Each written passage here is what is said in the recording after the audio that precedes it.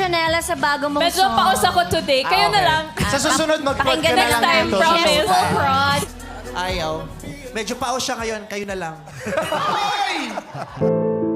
Hindi pinalagpas ng mga netizens ang naging sagot ng aktres na si Janela Salvador sa kapwa celebrity na si Kim Chiu na hindi ikinatuwa ng ibang viewers. Bumisita si Janela kasama ang sikat na Thai actor na si Win Metawin para i-promote ang kanilang pelikula na Under Parallel Skies.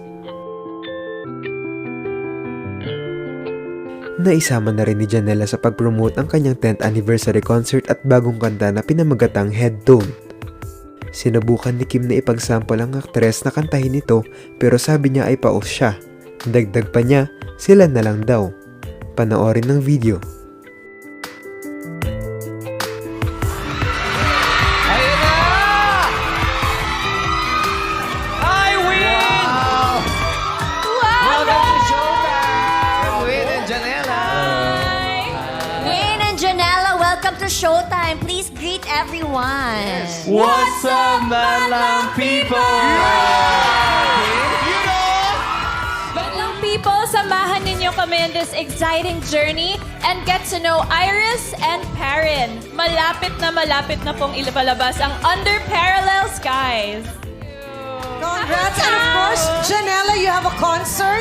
Please invite our Madla people. Yes, Madlang people, panoorin niyo rin po ang aking 10th anniversary concert, Janela Reimagined, with my guests, Mr. Martin Rivera, my mom, Janine Desiderio, at marami pang iba. Of course, si Jane De Leon. And get your tickets now via ticketnet.com. Janela Reimagined, April 19 at the New Frontier Theater. Yeah, she has a new song, di ba? Head Tone. Yes. I love the music Stream video. Thank you. Sample naman, Janela, sa bago mong Medyo song. paus ako today. Kayo na lang. Sa susunod, mag-prod ka Pakinggan na next lang time, dito. promise. Full prod. Congratulations on the movie and of course your concert. Umani ito ng samot-saring mga komento sa netizens na sinabing nag-attitude umano si Janela kay Kim at nakaka-off umano ang sinabi niya.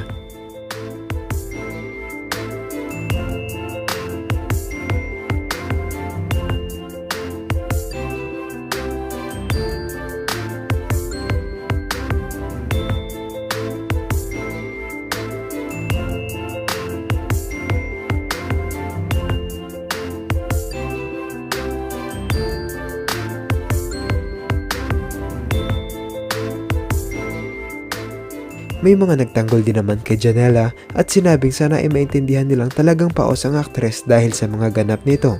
Dagdag pa ng iba, halata naman umano na pabiro ang pagkakasabi ni Janela kaya sana ay hindi ito masamain ng mga viewers.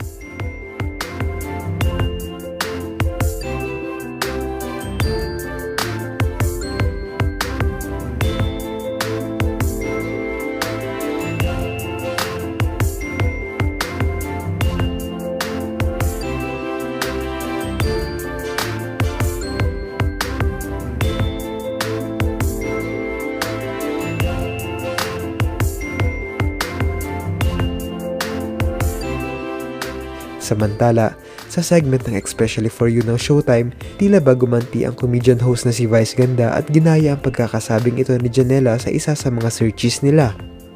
Panoorin nito. Ayaw. Medyo paus siya ngayon, kayo na lang. Okay, sige. Si ano na lang. Ayaw. Medyo paus siya ngayon, kayo na lang.